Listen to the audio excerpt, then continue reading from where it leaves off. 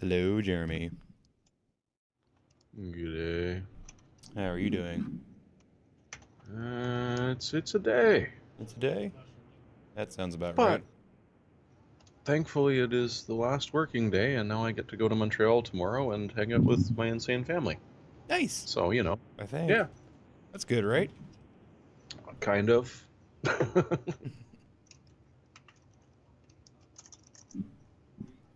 All right, let's see if we can get Sebastian on over here. Hello, Mr. Sebastian. Hello, Mr. Alex. How are you doing? I'm good. I look like I'm very tightly cropped here. You are tightly cropped there. Am I doing that, or is that you? I don't know. When I look at the video preview, it looks normal. I'm not showing any croppage here. Oh, okay. Move my camera back a little bit. Ooh, wait.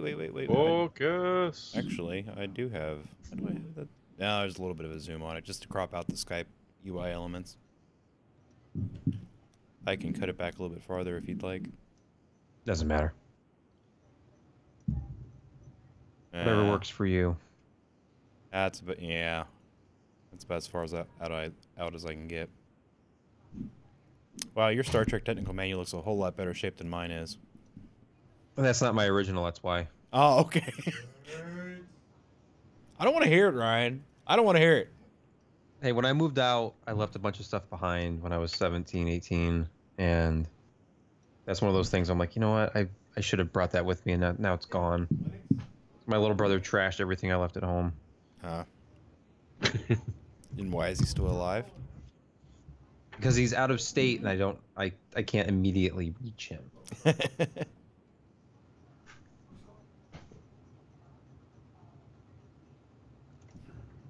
Oh, that's why I had that cropped in.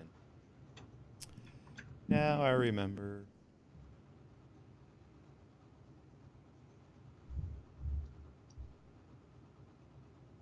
Right, where am I getting that little whirling compression from?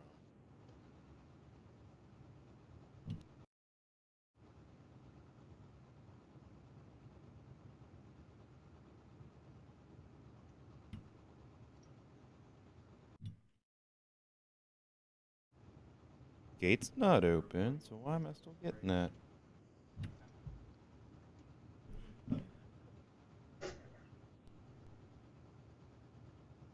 What the heck?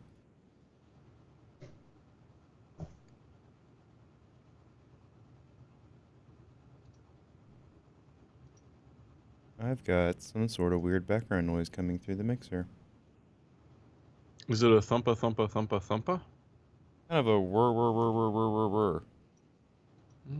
It's probably not my washing machine then. Oh wait, I see why. There it is. I had the gate bypassed. So it was your washing machine, Jeremy. It should be done soon. It's fine as long as you don't talk now.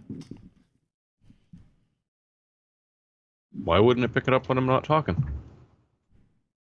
Is the gates closed? Uh-huh. Hey. Thanks, Alan. Yes, the mics work. I had them muted, though. Don't poke the mics, Alan. Is this on? Yes, Alan, it's on. Lick it. Don't lick it. Please don't lick it. Oh, that sound would be wonderful.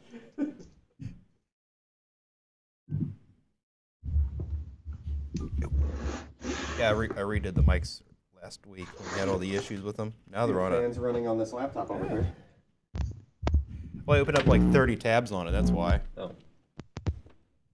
That's an interesting shot. It is an interesting shot. I don't know why it's zoomed in. There it is.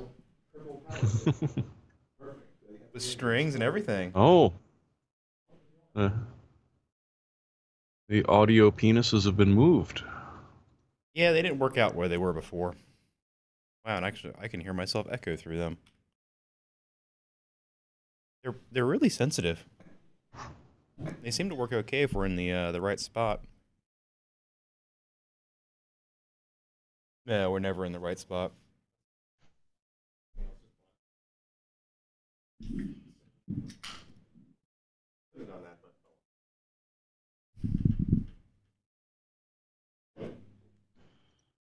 Humana.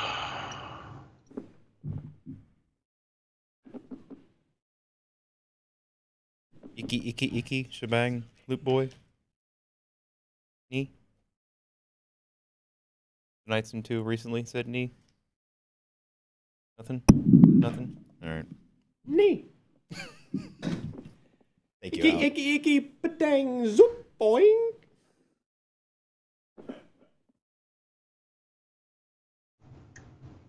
No, there is no Josh tonight. Sorry, I watched that movie too many times in high school. No such thing as too many times. I got written up for calling the school bus driver a stupid bastard. Unrelated to the film. Well, he had both his arms and he had both his legs.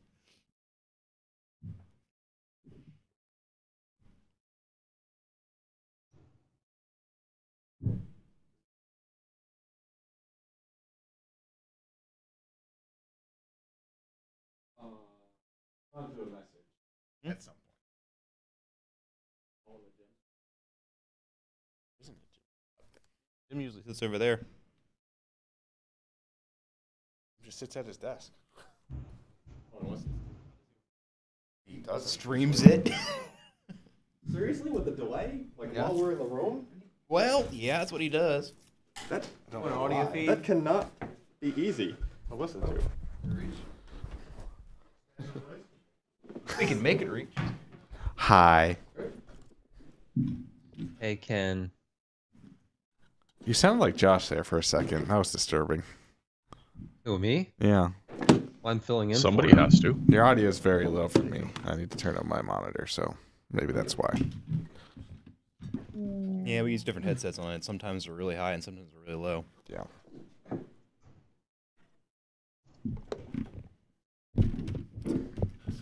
What happened here?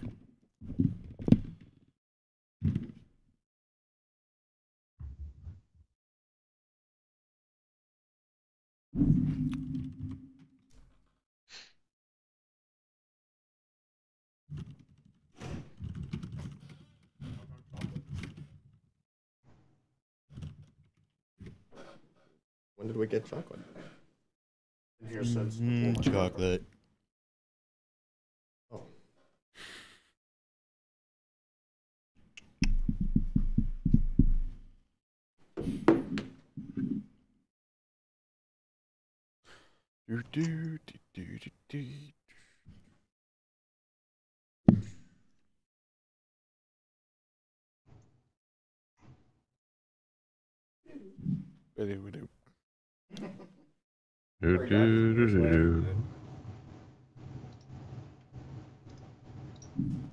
Mana mana.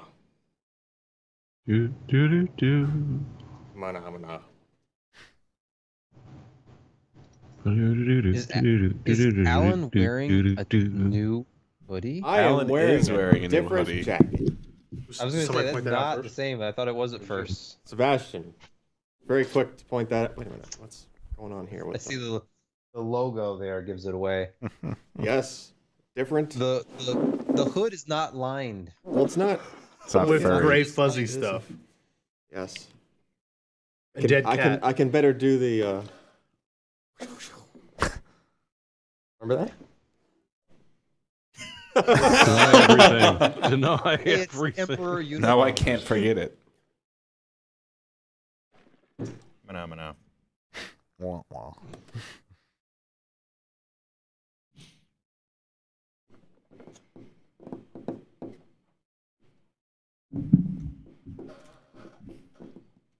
Yeah, those Good God, laptop! What the updates? shotgun mics Come pick on up now. any and all of the room noise.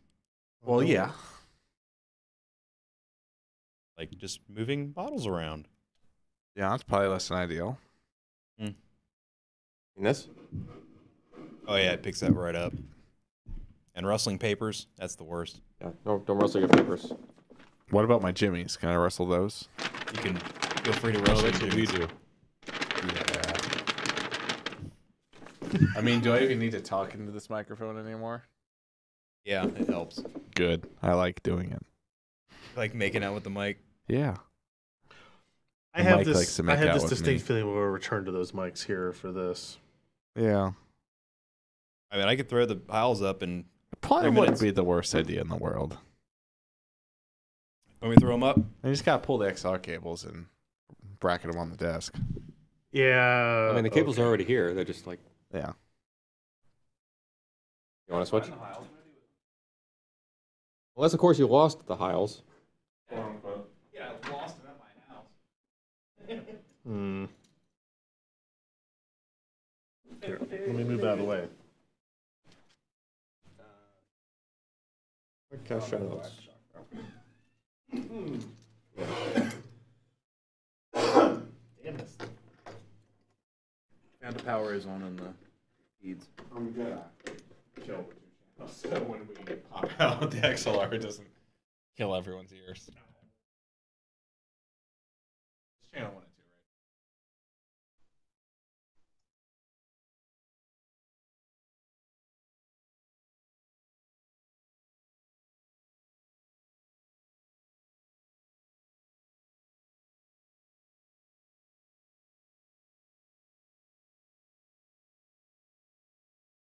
It's gone very, very quiet.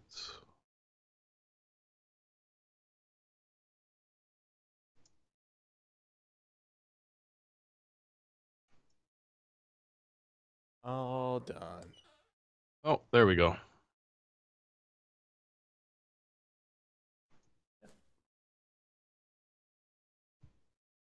Yeah, I kept the mics down. Oh, it's appreciated.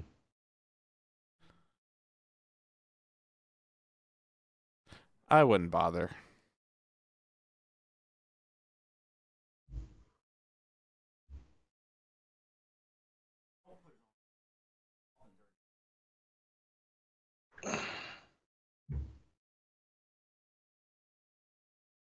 True.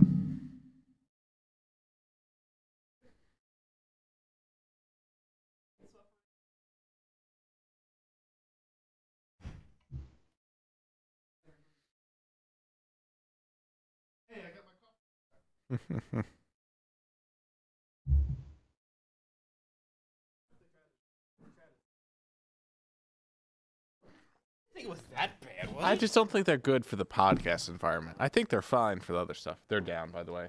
They're muted on 3-4. 1, 2. Alan, talking to the microphone. I'm talking Don't to do it. you. Are you talking to me? No. Oh, that's the gate. You gotta that thing. Oh, God, don't puke all over the place. Now Don't it's tell me what to do. now it's that. Take it back. I'm gonna go back to the other mics. Tighten the other one. It's like you plugged the one leak. Another. Yep. Yeah. Testing. Sounds good to me. It's a little bit I feel like it needs to come towards me some. Can I do that easily? Probably. No, Watch it's out going for to the- clip and fall off the table. And don't forget the strain relief, the Ethernet. the cable I that see you're it, I the see cable you're folding in half right now. I'm fine with that. I'll move in a second. I just need to move. Here's your strain relief. It's not under. It's a relief when I stop.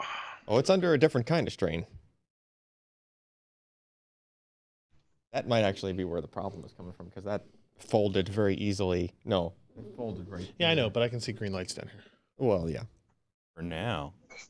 How many lights? Those electrons, they don't like 2. making that. They don't like making that right. Tweet. Can't hear Alan very well. Booty mic not picking much up. Is it booty mic? Yeah, it was my butt. Oh, When I was I taking. can hear Alan altogether too well. must not be talking out of his ass. Wow. Well, we know that isn't true. Quick, Alex, hook up the booty mic again. Seems unnecessary. Of course, the booty mic is unnecessary. Oh crap! I need a pick. Yeah. Go back to Amazon. Figure out what I ordered recently. Hey Ken, will Yeah? you hand me that laptop that's open over there? I will. Thanks. That's my pick. What Open is laptops? what is your pick? Yeah, just all open laptops. Yeah, perfect. Any open laptop is your Whichever one's running currently. Whatever's. Not that one. Don't touch that life one. feels like recently. That other laptop still doing its test thing? Yeah, see it? Can we shove some headphones in it or something? Nope. In fact, you are not allowed to touch it. Period. Okay. Is to figure out how to get the test configured to run. So if anybody touches it, they die. Phenomenal. No, I expect you to die. Okay. Are we good? Everybody It's got only the right 8 name? after. I think we need to stall some more. Yeah, I know. Everybody got their right name tag associated with it? Here, I'm not. I actually don't even need any of the lower thirds on it right now. Name tag? I don't want to advertise for Arby's. I'm so hungry. I could eat at Arby's. That's really hungry, man.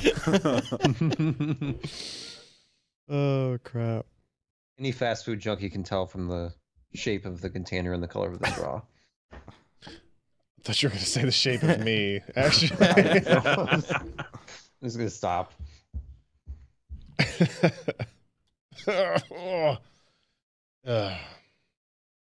I'll probably make it. But I have a cough button now, so Did you use it? not yet. I'm recording.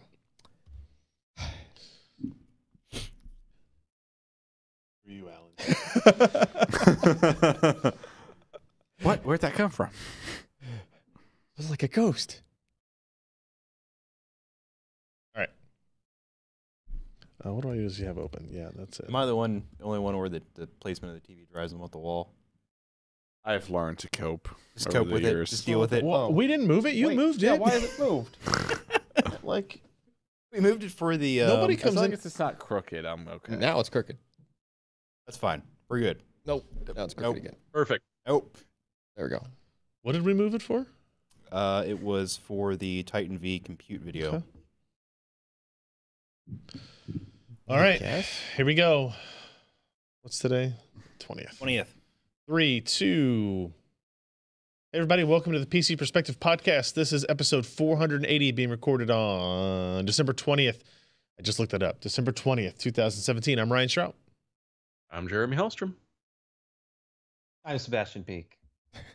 Now I'm Alan Malentano. Sebastian never wasn't Josh.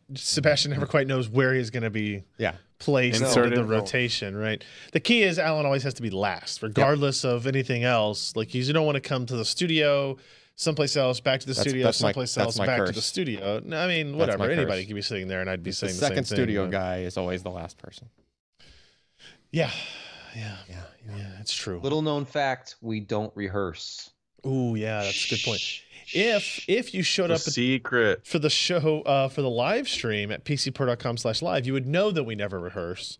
And inevitably, until 1 minute after, I am at my desk, and until 3 minutes after, Alan is at his desk.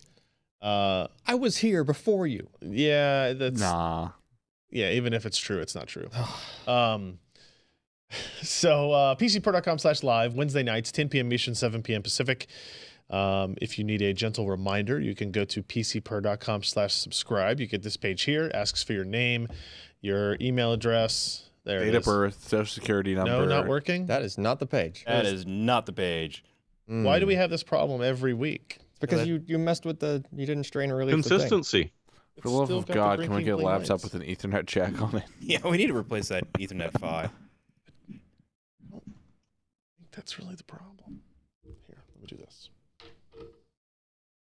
If it hiccups while it's connected at any point, then it just freezes. And it's Still done. shouldn't be a problem, but It actually seems to work better over Wi-Fi. Yeah, like I don't have a Did problem. it just pick up Wi-Fi? Yeah, it did. Totally fine with that. Like that would Alright, fix the so- problem. Is that why it's the 2 connections, I wonder? You think that's what that is? Maybe. One's an enumeration, and the other one is the actual display. All right. Did it go away? I was trying to get just the console, but yeah, we're good, Ready? I think. All right. I'll just Scrolling, start scrolling. with if you need a gentle reminder. Yeah. All right. Here we go. 3, 2. If you need a gentle reminder, you can go to this page here. It's at pcper.com/subscribe. We ask for your name, your email address, and we do that thing that it sounds like we would do. We send you an email with a notification when we're about to do a live stream. See how that says live? Does. I thought it said live. Yeah, it's the PC Perspective Relive edition built right in Well, we here. can use that now. That's true. That's true. They've moved on. I Oh. don't know how long the copyright lasts on that. But pcper.com/subscribe, go there. And then pcper.com/podcast. I always mention it at the end, but never at the beginning.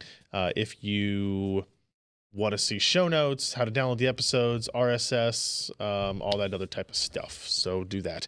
We also still have our Patreon campaign running. That's at patreon.com/PCPer. This is where you guys have the ability, if you choose, to make a regular recurring contribution to PCPer and the guys and the team and the podcast and the videos we make. We greatly appreciate it. Anybody who is a patron that's super awesome. We're super proud of that. If you become a new patron and or increase your patrons during the live streaming, we will call out your name during the show, which Whatever I will do, name appears. whatever name happens to appear. I think I already had one show up here. Where did it go? Okay, let's use the phone. Maybe it'll be more reliable. Terry Corker just pledged $5 as a new pledge. Thank you very much, Terry. See, you could be like Terry and be world famous now. There's literally hundreds of people, maybe thousands, Maybe that will dozens. know your name. Maybe dozens of people that will know your name from this. So, and if you become a patron, you're glad you know you're supporting wonderful content like this, the PC Per Mailbag. This is a show in which we read your questions in a mailbag-like form. Hey, there's a Ken in the background. Oh no. So I didn't know it was being recorded. Oh. The sneak preview for one of the questions for this coming week's episode is somebody says, do you have to record it at a different set? Because I get distracted by people walking around in the background. And I'm like, this is part of the appeal, right? Now you know we're at a real live working environment. We do stuff here. Right? There's people That could doing be a stuff. green screen. I mean, it could be a green screen. That's true. And Ken you literally can't see Ken's screen. It's all washed out because of the bright. He could be doing nothing. It's true. Usually he's doing Probably nothing. doing nothing if we're being really honest about it. So thank you for that, guys. That's on our YouTube channel, youtube.com/PCPer. All right, so let's get into the content for the week. We're going to start with celebration of Josh not being in attendance. What do you guys think about that? Is that great? It's a Christmas It's gonna miracle. be a much shorter podcast. It's a Christmas miracle. Well, normally it'd be a shorter podcast. However, there is a storage piece for me to discuss. However, so I will pick up his slack. Also, he is driving 17 hours with his kids in the back seat. Oh, He's dear probably Lord. streaming this, right? So he's probably, oh yeah, you know what? He could be listening. He could be. And Hey, Josh. if I did the math right, he was leaving at like 7 p.m. Hold on. Hey, to drive Josh. Are we 17 there hours. yet? Are we there yet, Josh? Are we there yet? I think there's a lot of people, Jeremy, that prefer to drive through the night. I used to be one of those people. I am no longer one of those people. Oh, I'm still one of those people. Never well, been if one it's of those 17 people. hours, you're driving through the night regardless. Well, that's true. If you're doing Yeah. straight, I assume they're going straight through. They're driving from Wyoming to Texas, right? Sounds awful. I think to that's me. where he's going. Nobody should ever drive. At least to it's Texas. downhill. Yeah, exactly. You just roll the whole way. Anyway, so let's actually get into the content. We're going to talk about the NVIDIA Titan V again. This time we have a story based around the compute performance, not just the gaming performance. Gaming performance was the previous story, that Ken put together for us. We did the unboxing, teardown, and look at the GPU already as well. Now, this is what it's supposed to be used for. Right. Supposedly. Yeah. And at $3,000, I think that makes sense, right? That's why this picture here shows the Titan V with the Radeon Frontier Edition, which when launched was $1,000, right? Yeah, the air-cooled one was 1,000. And now it's like Less. it's less, let's just say. But the idea is the same, even though the price point is very different between these two cards, even at peak. The idea is the same. So here's They kind both of got some golden in them. what's that? They both got some gold in They them. do, yeah. The Titan V it's champagne. I think the color of the screen here is maybe making. Was a it little made bit in France? Yeah, I don't think you can call it champagne. champagne. It's sparkling wine. like out here. Yeah. So what's important to know here is, since we're looking at compute performance, this FP16 number or FP64, I'm sorry, is really where we're looking at today, right? So if you look at the Titan V, it has a 1/2 ratio for GPU cores. These are standard FP32 cores, what we think of when we look at gaming performance and whatnot. FP64 is for double precision compute, 2560. Compare that to the Titan XP, it has effectively 120. Oof. So you can see there's going to be a dramatic, or rather there should be a dramatic performance difference here. And even if you go like to the Vega Frontier Edition, it's got 256 FP64 cores. So again, you should see some significant performance deltas here. Obviously clock speeds and stuff still come into play, but that's where we're at there. So we talked about the card and the GPU and all that stuff before, so we'll just kind of jump into some of these results. Ken actually did the testing on this. Luxmark is an OpenCL renderer. They call it a path tracing renderer. Yeah. So this is, it's essentially ray tracing, I think. If it's path tracing and ray Sounds tracing, the I same. think are this. Yeah. It's paths, rays. Come on, guys. Yeah. Right. Yeah. Sure. Scientifically, I think they're identical. But so here's your quick look at performance. Scientifically, everything's the same. Sure. Luxmark 3.1. The Titan V is scoring, almost more than double of the Vega 64 liquid cooled. We did upgrade to the liquid cooled for our performance testing, just trying to give AMD the best possible footing. Yeah, and there's some people asking why we didn't use Frontier Edition in this. It's because in these applications that we tested, besides SpecView Perf, which we did use Frontier Edition on, this is not stuff that's optimized by the professional driver, and we knew that the Vega 64 liquid clocks higher than the Frontier Edition liquid cooled. Got it. That's why we use that GPU. Got it. I have a lot of questions about that. Fair enough. And the Titan XP still does pretty well here in this one compared to the Vega 64, but clearly the Titan V, the dominant leader. Cinebench, OpenGL performance, no difference between the Titan XP and the Titan V. Not a surprise based on how we looked at gaming performance up front. A little change between the Titan XP and Titan V there. It's like a way slight. smaller of a margin than we saw in gaming. Yeah. It's like 1% Yeah. or something. V-Ray is a third-party rendering. Is it a plugin or is it an application? It's a renderer that plugs into a bunch of CAD and 3D modeling applications. Okay. And so here is a lower is better result. What you see here is actually interesting. So the difference between the Titan XP and the Titan V is still not dramatic. It's like 20, 20%. 25%. Yeah. But the increase over the Vega 64 is huge, like 3x. And I think the difference here is that V-Ray uses CUDA for NVIDIA parts and OpenCL for AMD And hardware. And OpenCL is a fairly modern addition to V-Ray, so it's Clearly less, not it's as probably a less optimized. optimized code path. Yeah. And this is also ray tracing. on Now, V-Ray. Sliceoff Sandra is a test that we use for CPU reviews all the time, but it actually has a very robust GPU compute portfolio of tests as well. And some of this stuff really stands out here. So this is like shader compute capability, and this is where you start to see where the power of something like Titan V comes into play. If you look at single precision, the Titan V over Titan XP, it's there. But if you look at double precision, double float shaders, you're looking at the Titan XP scoring 0.745 gigapixels per second, while the Titan V does 11. Yeah. Right, so now you're getting into that 13x or so performance improvement, and even over the Vega 64, that does do more than twice the Titan XP.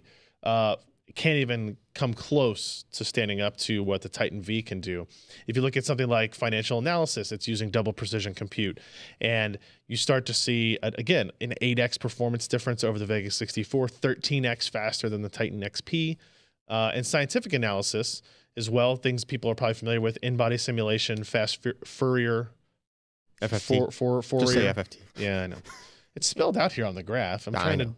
to, Fast furry transform. fast furry transformations. Mm-hmm. That's not what you think it is. Oh yeah.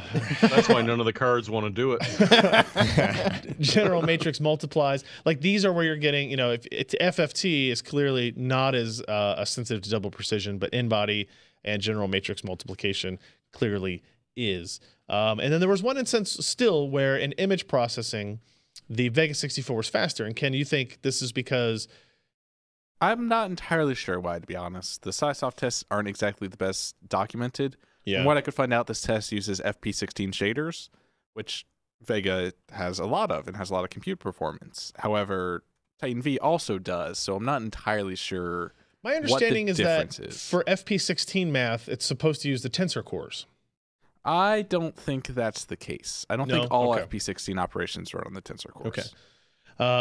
But that I will say that for AMD's standpoint, it is one thing that they clearly made, a focus for Vega architecture is half precision, is double performance. Double pack math. Yeah. So it's like literally double the capability if it's, written efficiently in that way. So start to see some of the benefits there.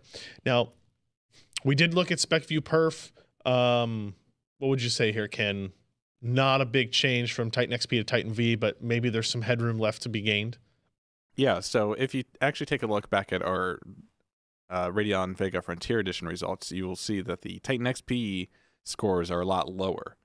And that's because recently NVIDIA enabled the Quadro-specific sort of optimizations for applications like SolidWorks and Maya in the Titan XP driver. Right. So they saw a big performance advantage there. And I think something similar could happen with the Titan V in the future, because currently there's no Quadro solution that uses the V100 GPU. I imagine there will be at some point, and they just probably don't have those Volta-specific optimizations written yet. They don't have app certifications. They don't have anything like that to even put in the potential GeForce driver. So I think you could see a little headroom here, but if you were running SolidWorks all day, I wouldn't buy a V100. There's no reason to. Right. Yeah. Folding at home, an old test from the from. Hey, remember when people used to use their spare GPU power for good instead of crypto mining? Instead of evil, essentially. Some of for us evil. still do. Essentially for There's evil. Folding Frogs. Shout out to Folding Frogs. That's true. So this benchmark that you ran is OpenCL based, double precision. Actually, you ran single precision and double precision, so you can actually see like the single precision Titan is XP essentially does- identical to Titan XP. Yeah. But still, a little bit better than Titan or from the Vega 64. But when you look at double precision, again, you see this dramatic performance delta up. I don't know if any folders would want to spend $3,000 to increase their folding rate necessarily. Well, that might actually be a proportional per cost upgrade. Let's see. For So that amount? almost 3x. I mean, that's more than 3x, right? So See, Yeah. like that's No, it's more than three that's times the actually price, too. That's actually giving you more bang for your True. buck if you're doing that kind of math. And although the world of mining is still a cluster, we did run some quick tests basically showing that the kind of confirming what other people have seen with the Titan V. It's about 80% faster than both the Titan XP and the Vega 64 for Ethereum mining.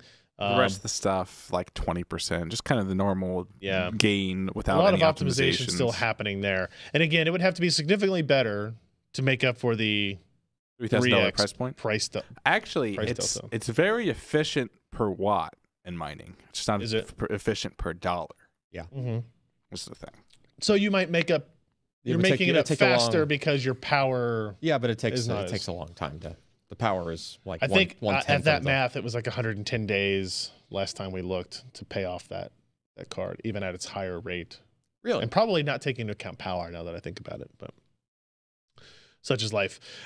So as we now kind of, I guess this is the second of our third part talking about Titan V performance. Where do you stand on this, Ken, in terms of NVIDIA making a good part for people to buy? If you have a reason that you know you need to do FP64 math, you need to do double precision compute, buy this GPU. It's far and away the fastest thing that you'll be able to find. It's the last sort of consumer level double precision enabled GPU we saw was the Titan Black. Yeah. 3 generations ago. Yep. So if you need to do double precision compute, buy this card. Like $3,000 is probably a drop in the bucket if you need to do that type of work. Sure. Otherwise, there's not really much of an advantage. Yeah, I'm with you. It's don't buy it for gaming. Don't buy it for SpecView perf type applications. Yeah, I wouldn't buy it for a workstation. I would still buy There Titan seems to XP be for that. Absolutely no reason to buy it Yeah. for a workstation. Yeah, get the Titan XP because that's going to be a third of the cost, and you still get the optimizations. And the gaming drivers. And the as gaming opposed to buying a drivers are there. Quadro. Yep.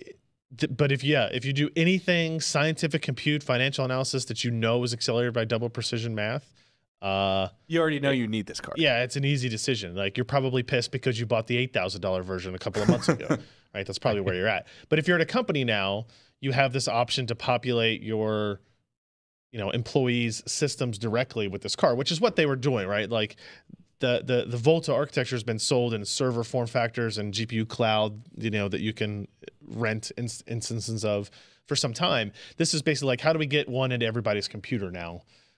We've mostly saturated those higher cost, higher import systems. So now let's saturate the next one.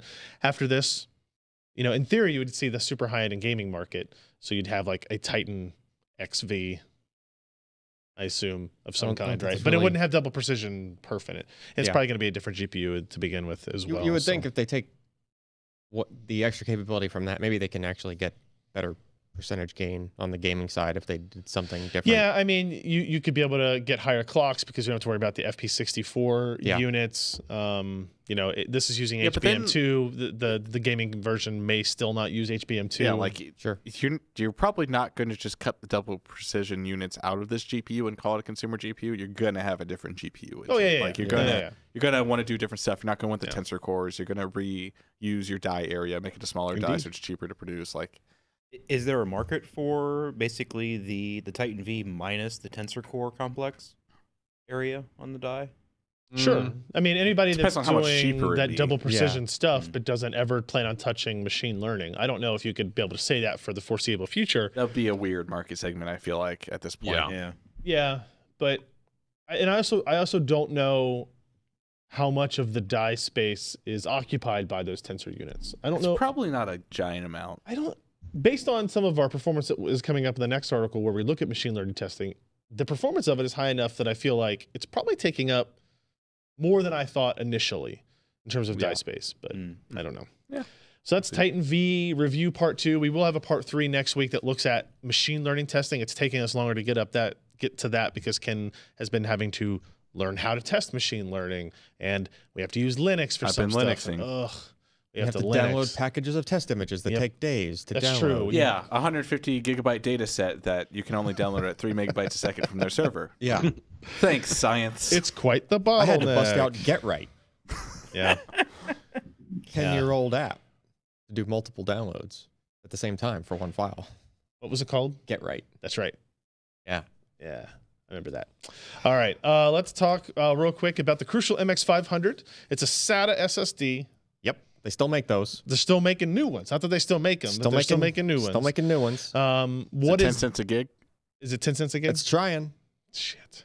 It's trying. So what do we got here? What's different about this drive compared what's to different is previous? this is 64-layer IMFT 3D NAND.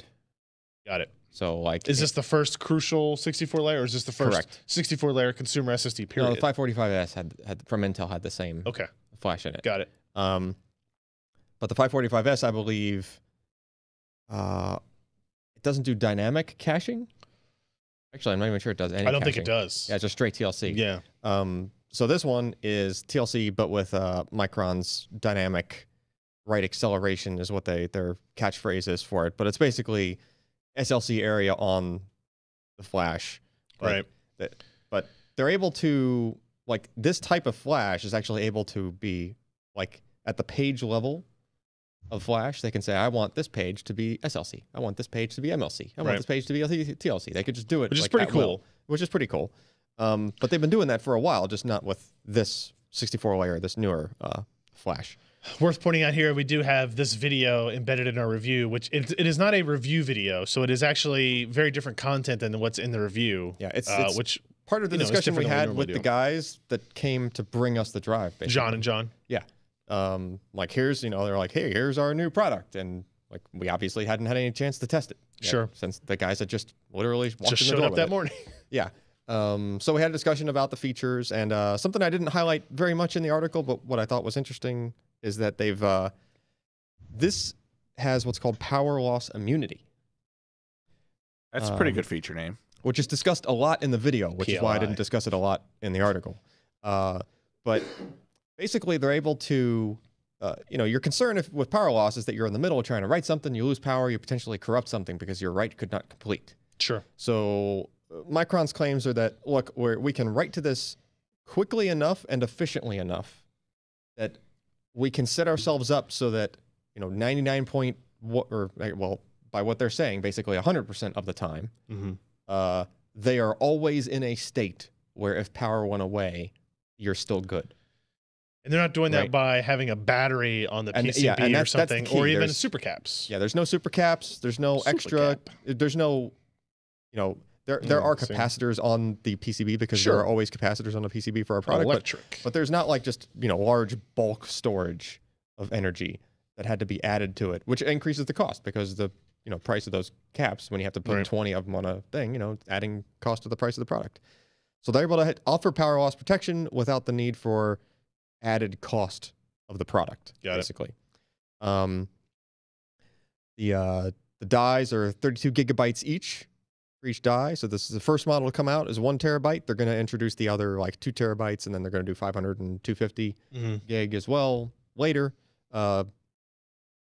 They seem to be like direct selling this a lot now. Like it came out, it's on their site, on the Crucial site. Oh, sure. I couldn't, when the review went up, I couldn't find it anywhere else listed for pre-order or otherwise. Yeah, so it happens. Direct sales, that's another way to, keep the price low, right? You get rid of the markup. Since it's a gig, here we come. Oh, they're trying. Like I said, they're trying. There is a gigabyte of DRAM on this product. Some people on the YouTube comments thought it was DRAM-less, which is usually what's required for a low-cost product, right? Performance, pretty good. It actually did. What page should I look at? I'm looking at the performance focus here. Well, the focus, go to the comparisons. Go to like the, well, actually, go back up. Take that chart out there. So usually on a caching SSD, you see a speed related with the caching speed, which is full, bus speed of the SSD, usually. And then you see some drop off. And then it falls off. That orange line is perfectly straight, and so is the blue line. Basically, it's rippling, but it's like at the same maximum throughput that the drive will do. So 60 seconds worth of writes didn't even hiccup. Now that could mean that their TLC speed for this new flash is fast enough to where the drive can just write straight to the TLC anyway, and still be going full speed, right? At least in the 1 terabyte capacity. Typically for like Samsung SSDs in the past, if you were at 500 gig or higher, it didn't matter if you were writing to the cache or not, you could go full speed for SATA. So maybe the Intel/Micron flash has finally caught up to the speed of which the Samsung flash could do, right? I would go to, you could just go probably straight to like client QDepth weighted. There we go. So MX500 is on top, and I put a 850 Evo and an 850 Pro in the bottom 2 slots. And if you focus on the read throughputs, because your write throughput is going to be higher because NAND just is able to accept writes quicker than it can look up reads. Sure. You get 15,000 result for the MX500 compared to a 16.8 for the 850 Evo. So it's getting close, right? These other guys are catching up. 850 Evo is still generally considered the top SATA SSD. For performance, yeah. Yeah, it's up there. But, it's good to see competition closing in on it. And the more important part is, if you're 90% of the way there to the performance of an 850 Evo, but your price is like, 25, 30, 40% off the price of the 850 Evo. Yeah. Like, which one are you going to buy? That's a huge difference. Yeah. So if you can at least get close. And in the case of... I like these graphs here. Yeah, I've added results, even more results. You should highlight the current result. Well, there's a separate chart that's smaller at the top there for the comparisons. Yes. I gotcha. So what's the takeaway from this, right? So there was one slight hiccup we saw, the trim speed testing we do. It didn't do that great. If you're a power user that does a lot of like file deletions or that sort of thing while other things are going on. If you accidentally RM-F the RM-RF, like your Yeah. whole. Often. But you have to do it often for it to matter. Yeah, Yeah. well, so with the drive full, if you were to try to repartition the drive under, like, redo, say you wanted to blow away your install on Windows, right? You wanted to, like, reformat. Always. And the drive was completely full, it takes like a minute and a half for it to supposedly quick format the 1 terabyte model. Right. So scale that proportionally, right? It ended up being roughly half a second per gigabyte worth of added delay of like active data, and then it was like roughly almost 0.1 seconds per terabyte or per gigabyte that you deleted. Mhm. So if you deleted a 10 gigabyte file, this SSD would effectively hang and not do anything for a second. Got it. Not a lot of time, but depending on what you're doing, could be a factor, right? But if the only negative I can find about a product is the thing that, we kind of had to develop this test to even show this kind of thing because it's so hard to actually see in reality, right? Most people wouldn't even notice that your system slowed down a little bit just after you deleted stuff specifically, right? But again, something to keep in mind. So how much is it? And how much is it? Well, first, the warranty's 5 years, not 3. Oh, yeah, okay. So they're matching Evo on that. Got it. Right, they're matching Samsung there. And the 1 terabyte model is $260, so 26 cents per Somebody gigabyte. texted me earlier and said that they bought them today for $249 already. Already? Yeah. Wow. Very interesting. So Does that make it 10 cents a gig? it's not 10 cents a gig. Son of a- I'm sorry, it's not Nope. 10 cents a gig. But and the other thing I pointed out that I kind of chuckled at is I was doing research and looking up links, pulling up old articles to add links to this one. MX300 to launch 18 months ago. That was the price. Yeah, when you said that, I cried a little bit. Yeah, it's like the same price. So this thing that's supposedly such a great deal now, but it's actually the price from 18 months ago before the price started going up. I mean, all memory has been going up in price, so Yes. the Yeah, fact at that least these not SSDs have DDR4. even been maintaining that minimum entry point, I guess, is a positive. It just sucks. Yeah. So, Yeah. all right. So that's the MX500 from Crucial. Yep. For that price, it pretty much just sort of becomes our default. As long as they're available to buy, like that's basically default recommendation for a simple upgrade. Yeah. Like when you're at among the lowest cost and the performance is almost matching the highest performer. Like it's a no-brainer for recommendations, right? Sebastian's still on the line. Sebastian, are you there? I'm here. No, wait, Sebastian, I can't hear you. Sebastian, are you there? Sebastian, What do you mean you can't hear me? Oh, okay, there. Are you holding for Sebastian? holding. Yeah. Holding for Sebastian. Yeah, kind of pasty guy. Yeah, Sebastian the guy with who an S? hasn't been outside in weeks. He's got earmuffs on. Yes. So you did a quick little write up on this USB-C hub. Easy for me to say. From Aukey, which looks incredibly familiar to me as somebody who has used MateBooks in the past that ship with USB Type-C hubs that have The the exact same ports. stuff. I think. Yeah, like I'm Yeah. pretty sure the exact same thing. What are we looking at? What's this good for? It's just for basically your ultra thin laptop that comes with 1 or 2 USB Type-C ports these days. For example, the ZenBook 3, I think I had on hand at the time, only had a single USB Type-C. Yep. And That very much sucks. like the current gen, like plain Jane MacBook does. So the idea obviously is provide an adapter that gives you some actual I/O, like full-size USB ports, novelties like an HDMI out and an Ethernet, like a LAN, but also allow you to charge the laptop with like a USB Type-C pass-through.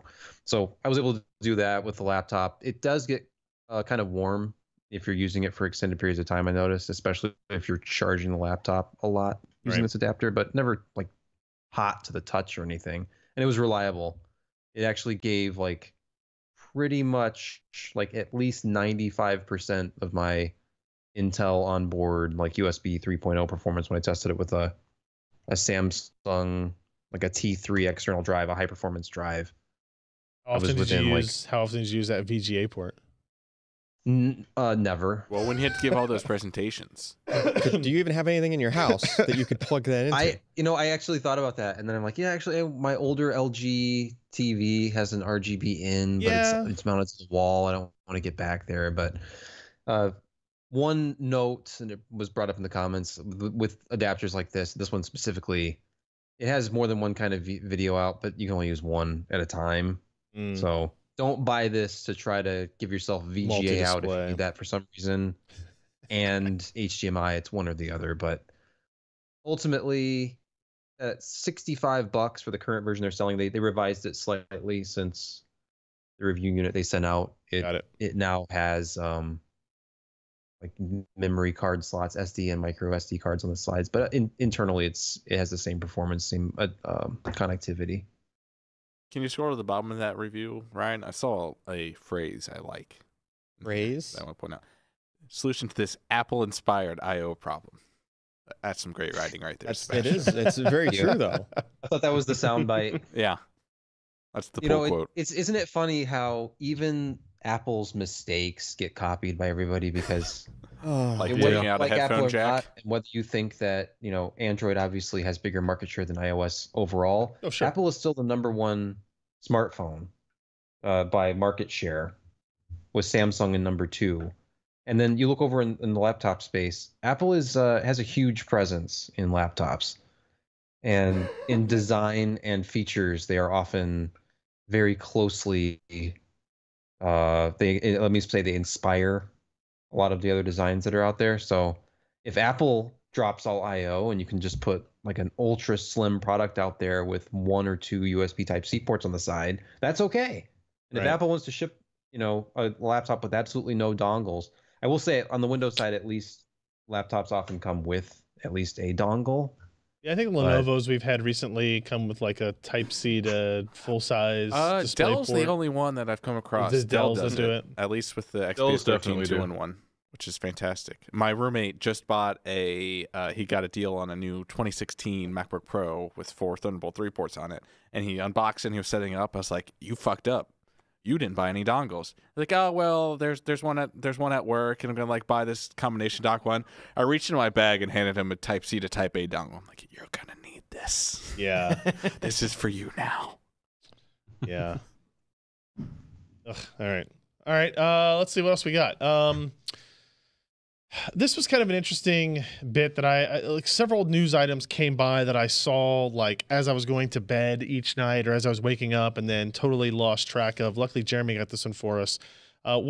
Jeremy, what is this picture of BK telling us? What's he pointing to exactly? The future. Good. That's a haphazard point. Also, I gotta say, it looks a little. Unsure. He looks a little flustered, like his button-down shirt has too many buttons unbuttoned, and he's got like some T-shirt with a print on underneath it. I'm not exactly sure what environment he's in there. Based on that red chair, is that a Walt Mossberg interview stage? Yeah. Damn it. Looks like it. All right. I'm actually more disappointed that I knew that, but continue.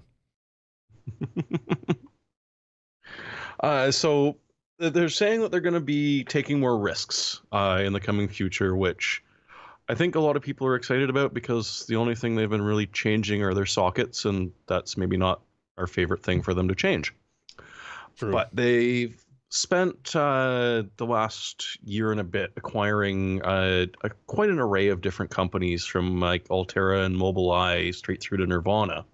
And what he's saying is that Intel's getting very close to splitting what they're doing 50-50 between CPU design and, as he calls it, future products. The sort of things that we're not quite sure if it's going to pan out or not, but at least it's worth trying.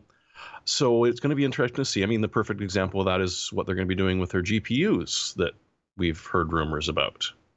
And from what he's talking about, he's trying to make it sound like this is as crazy as back when Grove switched Intel from doing DRAM production to CPU production, which was a huge gamble, and they just barely made it by the skin of their teeth. And of course, as we all know, it's paid out very well for them since then. And so moving over into the Internet of Things, picking up AI, all the other fun buzzwords that we've got going, The GPU and Mobileye are probably a good indication that automated driving is something that they're looking at. So it's going to be interesting to see just how much risk this company takes, because once you get this big, you become very risk averse. But on the other hand, I'd love to see Intel starting to do interesting things again, as opposed to just iterative upgrades where you get a little bit more efficiency each generation. Yeah, I don't think anybody would really argue that Intel has been aggressive in pretty much anything over the last handful of years. I do find it it's impressive that they're coming up on their 50th anniversary next summer, which is kind of mind-boggling, really. But the quote from here says, "Data is becoming the most valuable asset for any company. Our growth strategy is centered on data, memory, FPGAs, IoT, artificial intelligence, autonomous driving. Anything that produces data, anything that requires a lot of computing. The vision is we are there." Now, I think the idea would be like, well, no shit, like that's what you should have been doing this whole time. You're Intel. Yeah. You're supposed to be the leader of compute, and clearly they've fallen behind, right? They're not competitive in the mobile space against Apple or Qualcomm. They're not competitive in the AI machine learning space against NVIDIA. Despite the 3 companies they bought to try to do that. Despite all the acquisitions they keep making, right? And now the personnel acquisition they did with Raja and this whole idea of making GPUs, right? So that they're clearly, and I think many people would argue that they're behind on process technology as well. If you look at what Samsung and Global Foundries and TSMC have done, moving beyond, and even though the numbers game is still just a game, like these incremental improvements in process tech clearly are, if they're not catching up, if they're not exceeding past what Intel's able to do, they're catching up relatively quickly. Like, honestly, can we think of any acquisition or like venture into a new market they've made that has succeeded, except for maybe Altera, because Altera was a pretty good business to begin with. The dominant player, I think, at that point. I Yeah. mean, drones, probably. They're definitely the leader in drones now. I mean, it depends on what you consider new. Do you consider their SSD market? No. Like, is that a new thing? No, that's not last anymore. 5 It's been a years. decade, Yeah, like I guess. Right? I mean, they bought oh crap, who did they buy for modem technology? Infineon. That hasn't really panned out. They're trying. I mean, they're still but, trying, like, right? They're still trying to be like the 5G guys. They're working with Apple. They're going to be the alternative supplier to Qualcomm modems for that. Intel's in an interesting spot because the problem is when you're the leader for so long, you kind of can't help but become complacent, right? Because stockholders hate the idea of you taking risk when it's unnecessary. So now all of a sudden, these same stockholders are like, hey, you're not taking any risks. You're not investing in anything new. And so you kind of have this fighting battle. So I feel for the guy in the other corner in red shorts actually did do something risky and impressive this year.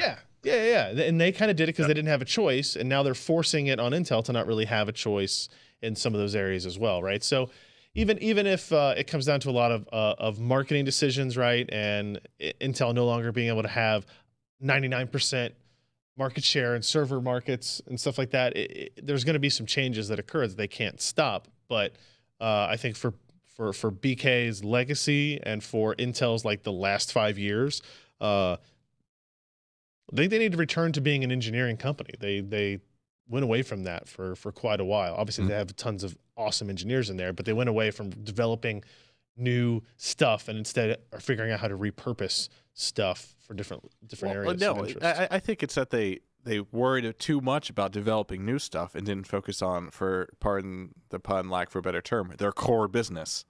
I see what you did there. Yeah, well, sure. I mean, they were busy trying to get into mobile and trying to get into IoT. Right, but is that? But were they engineering their way into there, or were they trying to market and buy their way into there? That's kind of they were acquiring their way into it. They picked someone up that already did it. Not for all of those. Like they made like the Curie module and everything, which they had no real reason to make besides, oh hey, we kind of want to battle ARM on really low power stuff, and it's just like, and now they're bailing on it. Yeah, they've already bailed on it.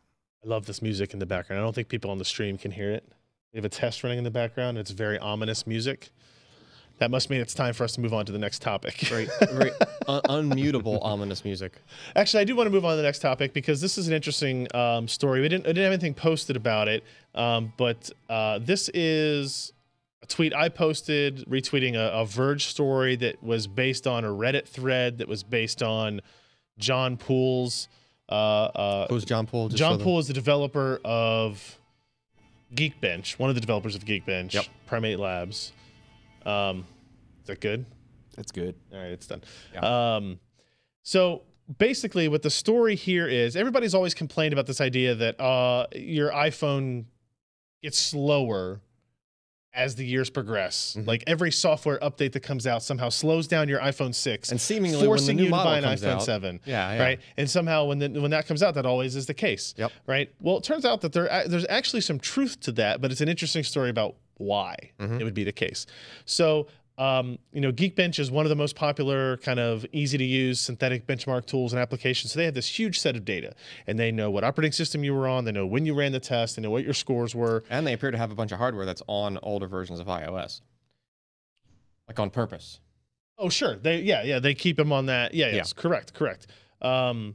So actually, let me click over to John's story that he posted over on Geekbench because you can see some of this data, right? So, like, here is performance scores, right? And you can see like the big spike in the middle is what there. It's your median, whatever. That's where everything then falls within. Yep. On 10.2, and then 10.2.1, you see these odd humps, right? Mhm. So now you're getting a very different but still concentrated distributions. And that's performance. is that just the score or the clock rate or just basically This is score density. okay. Right. And then 11.2 comes out. And like, sure enough, more phones are getting slower as these software revisions come up. Mm-hmm. Right. And the same thing kind of happened with the iPhone 7, but not until 11.2. Now you see these additional humps out here.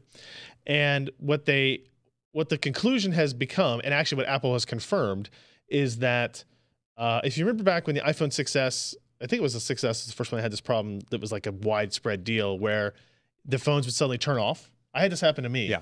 I'd be using a device, it'd have like 35% battery, all of a sudden it would just turn off. Yep. And I would go, Just okay. instantly. And I could power it back on, Yeah. and it would work. It was very odd. So essentially what's happening is as batteries age, they lose some of their peak capacity. there's They more- lose some of that, but they lose. There's more voltage droop. The more you load them, the more the internal resistance of the battery goes up. and that changes over time. Yes. It degrades over time. Yes. And so what Apple was doing with these software updates was when it recognized that a battery was Showing this hitting a problem. droop of a certain Degraded. threshold, Yeah. right? Then it would say, okay, you know what? You're not going to run at this frequency anymore. You're going to run at this lower frequency Well, because we know yeah, that the CPU won't pull more voltage than that, and we won't have these automatic. Yeah, they were just surprising reducing. They were shutdowns. just reducing the current draw by reducing the clock power usage, which therefore lower clock speed. Well, like they probably did it the other way around. They probably reduced the clock speed, which in that case changed all the power profile, what the system was pulling, right?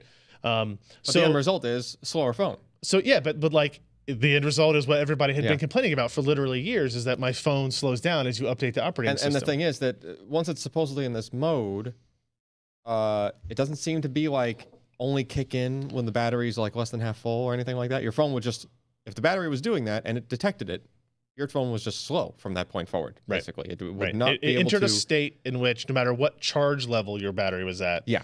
it was always in the state Right. until apparently you had a battery replaced. Yeah, if you replace your battery, Suddenly your performance suddenly everything got better. is back to good again. Right. And so the engineering reason actually makes sense when you think about it, because It does. they designed silicon and chips and processors, and they put these in place that wanted to hit this peak frequency, but it required X voltage to get current. there, X current to get there. Battery degrades. It can no longer reliably supply it. Mhm. So you take it from 2.3 gigahertz to 1.8 gigahertz. Yeah. Right. Now I wish it would only do that like on the bottom end of the battery When charge. you're at 40% When battery. you're, when or you're so like that. actually at risk of running the voltage Sure. dipping too low and it just shuts the whole thing down. Because Yeah. that's what was happening. The battery was just dipping below the voltage where it could safely power the phone. So it's shut down. Yeah. Yeah. Like So- yeah. It's interesting, right? Because there's a couple ways to look at it. I think Ken pointed this out earlier. It's like if you're Apple, the message you should come out with is like, hey, yes, this is Apple did admit, what was their statement actually? They said they're not undervolting the phone as it gets older. They're overclocking it when it's newer. Right. Yeah.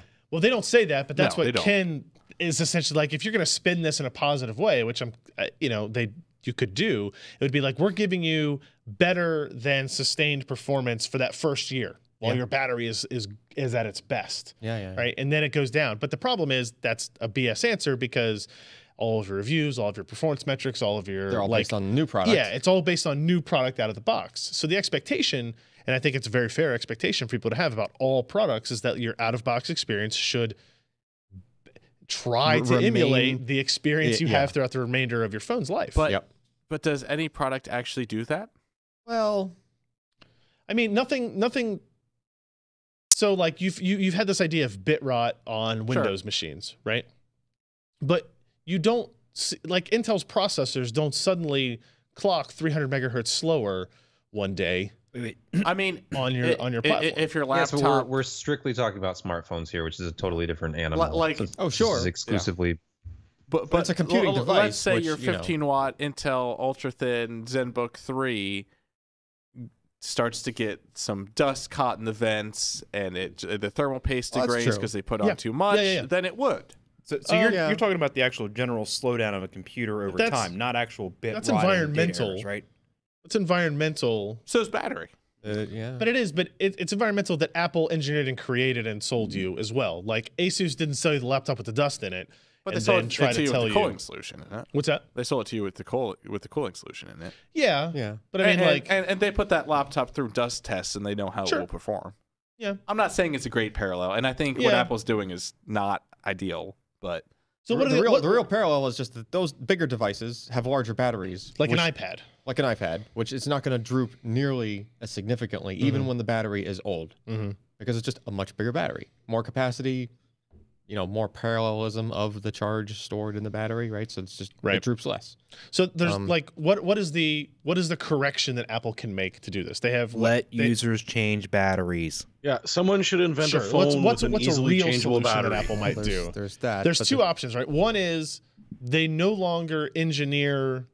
There's a potential issue where They lower the maximum out of box performance to be a rate that they feel like they can sustain over multiple years. Well, what happens now when like you're within your warranty period or your Apple Care period, and you run this Geekbench thing, and you see that your result is lower? Like my performance is not what it was. Then when you should new. go to the Apple Store and Then- get your battery yeah. replaced. Exactly. Well, no, they'll just tell you to factory reset it and send you on your way. That's I know. Yes, they will. Also annoying. Yes, they will. It's the other option they have is like one thing I would love for them to do, but they won't ever do, is I want some indication when I go into the settings to Yeah. know what state I'm in. Yeah.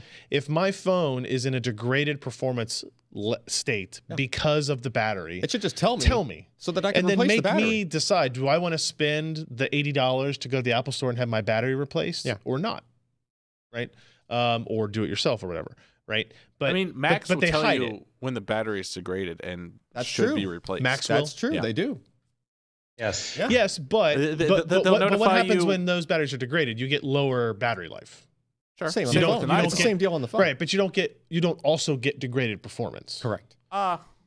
I mean, we Probably literally not. just went through this whole Yeah, it thing doesn't. where that's not It just the case. discharges faster. It doesn't Yeah. intentionally not clock as high as it did So before. it's just a different situation that Apple has created around this. And what I would like to know is, does this happen to other phones? Does the Galaxy Note 8, after a year, perform lower, right? But now you have an interesting thing because Google, like Samsung, doesn't update the software in the same iterations. Actually, watch that Apple become does. watch that suddenly become Samsung's ad campaign.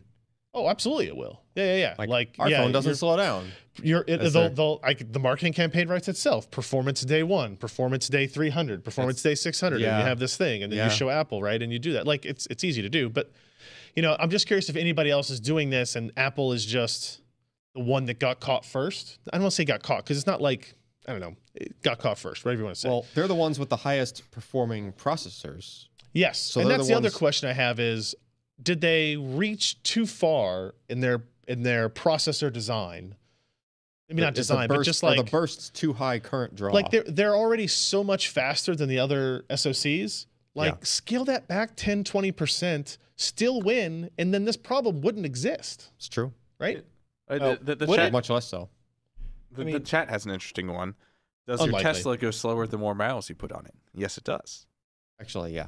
Does it go slower? You get less. You It get accelerates less. slower when the battery is more degraded. Yes, the more because it degraded doesn't your have Tesla enough battery is, current to the pull less through. maximum current draw. So you your can 0 to get. 60 figure changes 5 years into a Tesla. That's true. Elon. But I thought we just had that discussion today about That's over capacity. provisioning. It is over provisioned, but That's only that's- so much. That's you'll get. You'll the run out of capacity's it. fine. That does not mean that the internal resistance Okay, yeah. of So the battery. the motor of the car essentially being equivalent to the processor and however much. Well, the difference being yeah, that- the motor's just getting a lower voltage from the battery when you load it down when the battery's older. Sure. Simple as that, right? Yeah. It can only go so fast. Yeah. So it's not like, and that's not intentional. That's not designed in from like Tesla's pulling it back on purpose. That's just yeah. and Well, and that's there's what the actually battery a packs function. are. There's a function in the car that already God, pulls if it only back. we had better battery tech. There's a function in the car that already pulls it Already. back when you're at your low battery charge. Correct. If Like- I have low capacity, Yeah, it pulls you. It actually it tells actually you. there's on the meter. There's some dots of like Yeah. you can't accelerate. Yeah, you faster can't than go. this. You Yeah, can't yeah. go past this Yeah. this draw from the battery, right? It's So- it's a super interesting thing, and it's one of those like literally my thought was like, why would Apple do this? Like they have the smartest people in the world that work there, right? They knew this was happening. They knew this was going to happen. You're winning these benchmarks that you even claim aren't important Yeah. by this huge margin. Just lower that a little bit. Can I interject here? You may. Because very few smartphone vendors do not cheat benchmarks. It's true. And as Sure. far as anyone has ever been able to tell, back when like Brian Klug and people like that were stressing this, Not Apple's working never at cheated Apple. on benchmarks. Now Right. you can point out now and say, well, Apple's giving you this idyllic, like unrealistic expectation of frequency and voltage scaling over time because it's all based on 100% battery with 0 charge recharge cycles on it. That's a valid argument you can make, but at the same time, Apple's not putting their device into a 100% or 110% state every time it detects that a benchmark is running either. So I think that it's a little bit misleading to look at this and simply say, well, based on benchmark data. Well, benchmark data is always a little bit misleading anyway. And if you look at the actual scenario we're talking about here, which is degraded battery. So say your battery's at like 700 charge recharge cycles, and ideally it never would go over 500. Well, now you're at like 70%, maybe 65% of your total battery cells that are even available.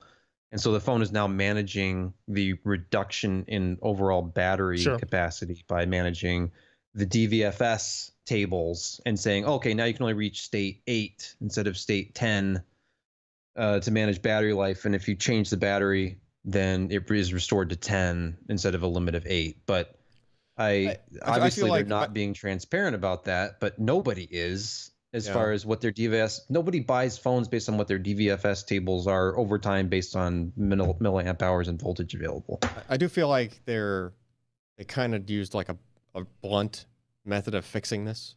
Like first, that even when the battery's fully charged, it's still doing it, right? But the thing that actually Ryan and I were talking about earlier when we had this discussion was like the more ideal way to do it would be to have something integrated, like monitoring the battery voltage, and as you see it start to dive below where the phone's going to cut off, that's when you pull back on, but you'd have to have on something the frequency. You mean yeah, pull back on that's the when you clock. pull back Yeah, on the yeah. frequency and the current draw, like catch it before it does it. I mean, So that regardless Yeah. of what the state is or what the change was like over that, time that or logic whatever, already exists based on temperature, but when you have to deal with power, it needs to be much faster, yes, right? Yeah. So I don't know. I think It's all about ethics and battery journalism. yeah. But if you did it that way, then you would have a Excuse me. situation where even when the battery was degraded, at least if you had enough charge, it would always be going. And we'd full never be speed. able to find it. Well, you'd only Because who the hell runs Geekbench with 20% battery? You'd find it when you're at the. But that's the thing, right? Then your phone would be full speed more of the time, right? Yeah, but- compared to this fix. right. Don't lithium batteries, they don't have the discharge curve like a lead acid one. A lead acid is pretty linear. You draw more voltage, So as the amperage falls off, it drops off. But with Yeah, the lithium, discharge- it just conks. it's a relatively flat voltage curve, and then it just falls Right. at the end, right? Yeah. But then So that fall Well, no. changes as the life of the battery. no, that fall is just yes. Yeah, that's the when fall, you cross your cell voltage. the fall ends up happening sooner, Right. right? But that's not the problem here. You're still at the you're still even within the regular band of voltage. It's just that band drops down quicker. Got The it. whole band lowers as you increase the current draw. So Voltage it can provide becomes lower at higher current outputs. Mhm. and your And step that happens downs instantly. and That's your like- battery and your power conditioning are matched, aren't they? So that it has that operation within that that small band right below that hockey stick. I'm not a Yeah. I'm not a bad battery engineer, so tell me if I'm wrong here, but No. The phone's not designed to operate into the fall off right. at the end. That's you're staying within the relatively flat part of the band. And that's right? the shut-off problem. Yeah. You hit that hockey stick, and then it's game over. Well, it doesn't. That hockey stick implies that the battery is actually dead. But the other thing is that entire curve just drops. Right. Like the more resistance there is internally, and it doesn't matter that you were at 50% state of charge. The entire curve falls to a lower curve during the high current drop. So your voltage at 50% is now what it used to be at 80 or 70% discharge. Yeah. Yeah. Yeah. Or even beyond. No, actually, beyond. Like in the case of like when Ryan's was cutting out at 30%, when his CPU and his phone tried to clock up to whatever to launch an app, and it would do it instantly. You'd like be hitting something, Yeah, I think so. and it's just off. Like off. it would be. right? It was almost inevitably when I would open up the camera app. Yeah. So you're loading down like that extra Some current draw spike. from the processor and the camera firing up and all the other stuff has to turn on all at the same time, right? Yep. That voltage instantly dropped to worse than 100% discharge. Yeah. Worse than 0% charge voltage of the phone, right? All right, so get on scripting that 9-month-long benchmark for new phone reviews. Yeah. Yeah. I'm gonna have to I know buy the phone's 5 been out of for a every while, but the phone, review's not done yet, guys. A few more leave them months. on a shelf. I'm really looking forward to that. Well, no, you just get the new phone and you put a crappy old battery in it. And you start That's testing. true, but it has to be the thing is it has to be a used battery. It has to be like a battery Yes. that's been used by a person. And the default shipping OS doesn't have this in it. They've been Right. pushing it after the fact. Right. They've been pushing it like for the iPhone 7 as they had reports of these problems internally and externally come up. They go, okay, now it's time. Here's the level. It's boom, done. Because it's going to change based on the battery chemistry that they're using, whatever battery Yeah. they implement at that time. I mean, it's very easy to emulate this. You would just put a resistance in series with the battery. Like, you just Yeah, make yeah. it, you'd suddenly make it an older style battery with more Well, internal we got a lot of resistance. Android phones for you to test, Alan. Oh, okay. Sure. And a lot of very inexpensive iPhones. Anyway, Yeah. let's move on. AT&T has some good news and some bad news for me. Jeremy, can I have the good news first? I mean, if you really want. I do. Okay. They're testing broadband over power lines as Ugh. the signal coming from the ISP, and they're claiming that they're on target to surpass a gigabit a second. And I'm thinking that doesn't sound at all like what your guys' reviews have been like, and I can't believe it's actually been. I think it was 5 or 7 years since the last time you did a power line adapter review. I will say But- my opinions on power line adapters, having not touched them in several years, is that they've always worked quickly and reliably Yeah. until they didn't. Until they die. Yeah. Until they died. Because they don't like Until the degrade. until the next brownout. As it turns out, like They just die. 120 volts is a lot for this little thing to have to filter through, and it eventually I bet I went through 4 sets of power line networking stuff, and they all eventually stopped working. Mhm. So what's the bad news? And that's also just hoping that. There's the bad news. Oh, that's nice, Windows. Speaking of bad news. Oh, Yeah. What do they want? And- Cross I'll off your pick a list? time. Let's see. Hold on. Let's pick a time here. For what? Which update? I don't know. Doesn't matter. An update we've been bowling off for weeks. Let's see. Let's pick that time. Perfect. Oh, that time is in the past. That's in the past. Tomorrow. All right. 12. Let's go a little bit later then. There you go. Thanks, Windows. Really appreciate It seems we have that dialogue every podcast. It's because We I never never, let it actually update. update it. Yeah. It always waits for the. It's because it's always off when I'm not podcasting. Literally, this is the only opportunity it has to ask me a question. So what's the bad news? Well, I mean, if you had a DirecTV kit set up with the Linksys WV Bro 25 wireless video bridge, which is pretty much one of the default that come with DirecTV, someone could have changed that for you. A guy did some research and figured out that if he could get at the wireless video bridge, and because it's wireless, that doesn't necessarily mean he's right inside your home. It takes him about 30 seconds to get a root shell. And from there, he can reach out to anything that's connected to said video bridge and do whatever the hell he wants. He figured this out 6 months ago, passed it on to AT&T and Linksys, and they didn't do shit. So he's released it to the public. All right. Interesting. Yeah, lovely, yeah? Mm-hmm. Yeah. All right. Optimus Prime consumer water blocks. This isn't red and blue. What is I going know. on here? Doesn't change into a truck. I mean, does it kind of look like Optimus Prime? No, not even close. No. Damn it. It does benefit from heavier springs, though. So, I mean, there is sort of a truck thing. Mm-hmm. So this is a water block for LGA 1150X, 115X, 20X sockets.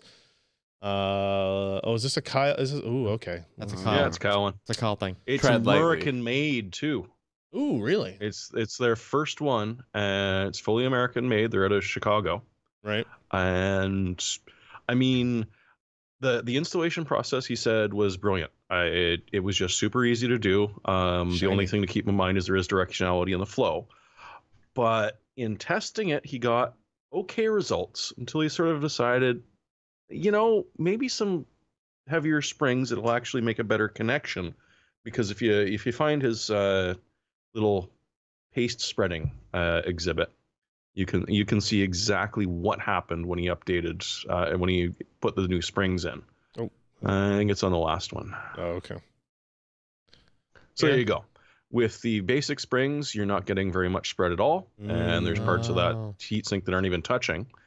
Heavier springs, it's got it, Did he have to? and drop. Where did he get the heavier springs from? You had them lying around It's somewhere. Kyle. He just had heavier Or springs yes, lying Josh. around.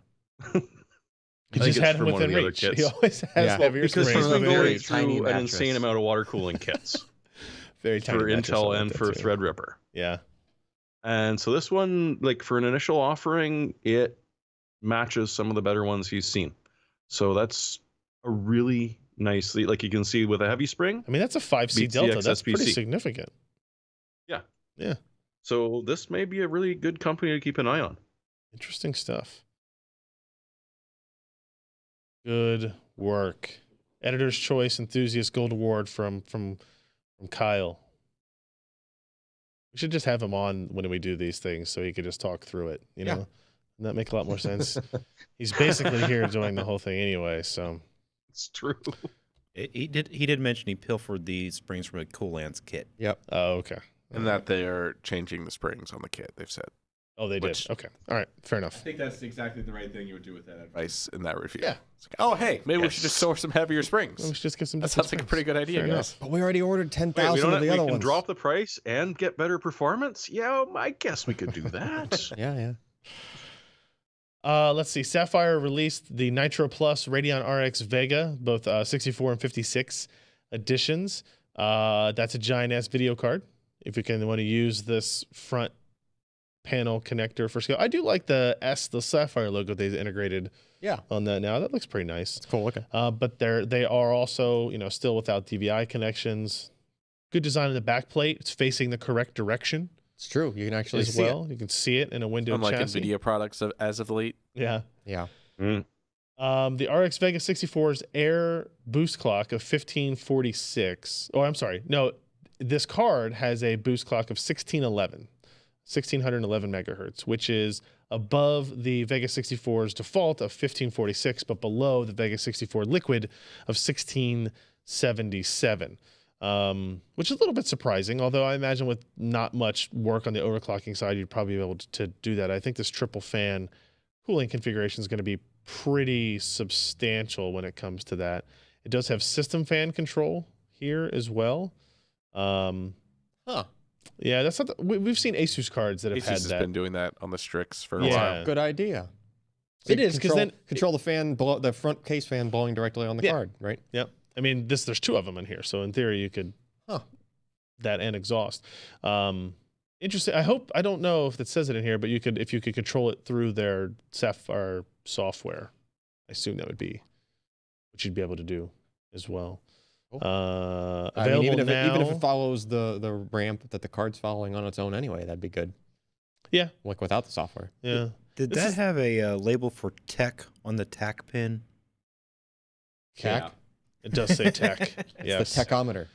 It's the technology pin. The tachometer. It's where all of the Techometer. technology It's how comes you from. meter the tech. Yes. You don't get technology into this fan any other way. So the rollout of custom Vega cards has been slow. I won't say steady. It's just been slow. Availability is still hard. Prices are still high. It is what it is, I guess. I don't know anything about this Atari box, so somebody tell me what it is. I know this is a retro gaming machine, Indiegogo'd, I believe. It might not be a thing. It might not anybody can actually ever- exist. Oh, cool. I mean, it looks nice in those renders. You trying to tell me that's not a real photograph? It looks nice on pre-order.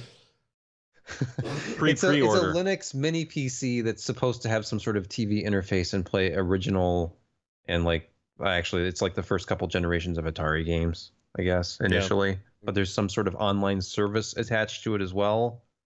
And it's unknown whether it's actually issues with the hardware or the back end of their online service that are causing them to delay this indefinitely. In case you But want a since more they expensive, first announced this, it seemed just a little bit sketchy, and I find this hilarious. I was completely like, of course it's delayed. Like, what do they have? I wonder if they even have physical units yet. My guess is no. But Who bought the dregs of Atari a couple years ago? I don't know. But didn't they put out a speaker recently? probably. Yeah, that they like- put out like a couple things, but it's like who's There was Infogrames in the late '90s. Is what like the Atari Yes. conglomerate changed their name to. But I don't know what happened after that. Oh boy. Okay, I'm Yeah. on the source of all news. I'm sorry. I'm on the World InfoWars? Encyclopedia here. So after filing Chapter 11 in 2013, the Atari, let's see, a very small company apparently. It's some sort of Frederick, and it's Chesnius, who now heads all I three know companies. Fred. I know Fred. Stated their entire operations consist of a staff of 10 people. Oh, a licensing corporation there. Yeah. Got it. Yeah. So I don't think they have a big team working on this console. Considering Atari's biggest presence is probably what? The casino world at this point and mobile apps. Pac-Man. They Like don't Pac-Man they don't know 66 is Pac-Man pretty anymore. good. Probably do they? I don't know. Anyway, Jeremy, tell me about Serious Sam versus the evil VSync latency. It looks like who did this? Overclockers Club did some testing with OCAT. It's one of those Serious Sam episodes not many people played. Okay. Yeah. Doesn't sound like a very This- interesting one. Just impressed me by the sheer obsessiveness Okay. of this review. All you do is scroll down to the bottom where you see the index for the article. Oh, I thought I was going to scroll past the all the expanding way to the bottom. advertisement. Okay. So Jesus. Oh my God. This website. Yeah. Eat a dick. He tested in. so he did no VSync, and triple buffering Oh, in full geez. screen, in borderless full screen. He then went and played with the various VSyncs that you do, very available through the driver, either NVIDIA or AMD, and just went nuts with OCAT. Hmm. Just to sort of see what happens when you Hmm. enable VSync. What are you going to see in the way of frame tearing? What are you going to see in the frame rate? certainly are a And lot are of you going to see graphs. weird little spikes like that? Yeah. And what was the this must have conclusion? taken an impressive amount Is of time. there a conclusion page? Oh my God. Ads. There's a lot of ads, though. I can tell you that. The much. ads, the ads kind he's of got attack a lot you. of ads. They like sneak up on you on this Jesus website. criminy. Yes, they will leap out if you stop scrolling. But the one conclusion is one we already know. Full screen is much better than borderless Well, yeah. Sure. because, well, obviously. And it was only like the basic VSync stuff that was adding latency. Fast sync, enhanced sync, and frame rate target control all did not give you any sort of a latency hit. So if you're going with one of the optimized driver versions, it works better, as you might expect. They have ads on top of ads. What is Yes. going I'm on? not sure if I missed this. It But is. It is. It's just popped in on just top of on the top other. of the other It's like, ad. no, I you will don't- look at this ad, not that ad. I'm sure it's very interesting content somewhere. Ugh. Yeah, you just got to read around and don't click on any of the Any of the green words? AdWords. Oh, Yeah. oh my Oh, lord! oh, Oh, oh, God. oh, you mouse Oh, over! Oh my God. lord! You mouse over Wow. and expands. That is. You can't get This away. is great. You cannot get why away. would nobody just do? Oh my! And look, it goes to the side. My And like leave this God. nice blank spot for me. I like this. Oh, Ryan, we need to talk. You need to figure out how to monetize I bet this is your bringing website in better. tens of This dollars is a like month. a template. I think if you read that ebook, it'll tell you how. What type of remote worker is on your team? Ooh. I like how literally Wow. it's the same ad for desktop, data, or computer. But the data one's moving around. Yeah. This yeah, is I why see. people use ad blocker. Yeah. Unfortunately, Performance? Yes. The chat ooh, says you're different probably ads. mining Monero at the same time. Yeah, I too, bet you. so- Is the fan, is the fan each spinning other. up This on is the a laptop? great. This is a great experience. Don't forget about the house. Yeah, that one popped in. you wanna buy a software, house? Okay. Yeah. Oh, okay. There's a video there. That's an actual content thing. Okay. Ooh, Yeah, but I bet you if you hit play, it plays an ad. Oh my for- God. look, that one pops up over it. What is that? You know that sales guy Oh, I versus web clicked it. dude Oh my God, I'm sorry. thing where I don't what want have to you buy done? Office. the sequel video to the website is down, where the guy keeps clicking on all the ads like continuously through the video. Like that's what's Man. going on right here. Anyway, Serious Sam or something. Yeah, I yeah. guess. Obsessive benchmarking and Obsessive- a lot of ads. Obsessive ads. Introducing the EVGA X299 Dark motherboard. It's an X299 motherboard. It looks dark. It looks awesome, actually. does. It'd go good with those Star Wars Titans. It would go. It would. That's what Yeah. Sean was saying on Twitter. His Yeah. NVIDIA shillness. Of course. I'm a His- little yeah, worried yes. when it says dark. Does It's that too bad mean the it doesn't Titans- have The Titans would cover up RGB lighting? the cool looking fan. There is not a single RGB light on this board. What? Refund. Can I add Refund. some? One of their taglines is "You can't see pretty in the dark." Wait, What? What? but if there's no lights, I didn't Are say it these was dip good. I'm switch just tags? saying it's one of their taglines. no, I think it's great. What is Wait, this? what is that silk screen? Because that it That looks- is a very Oh, handy little skill It's screen. the yeah. PCIe. But wait. Wouldn't that silk screen be sitting underneath the big old fan heatsink thing that's sitting on the motherboard though? Let's see. I don't understand because I don't see that silk screen. Maybe it's on the back. No, it comes with it. It's like a little cart. Oh, okay. If you I click gotcha. through, it ships with a bunch of things, and one of that is this, which it's, I mean, handy if you're Ooh. not running a Skylake. You kind of need That to is know a- these things. It does I So- like the cutouts of the PCB look cool. Like you got the 24 pin. On the my 90 mouse degree cursor angle, isn't yeah, showing it's up, nice. yeah. How USB big are 3? those fans above the CPU socket? Are those like 20mm fans? But they'll Hey, keep Ken, your you were gonna VRM. say nice something. and cool. That's the best feature of this motherboard, though. Active VRM cooling on an X299 board, which That's has true. issues yeah, with it VRM. actually does heat. need it. It's true. and active M.2 cooling at the bottom.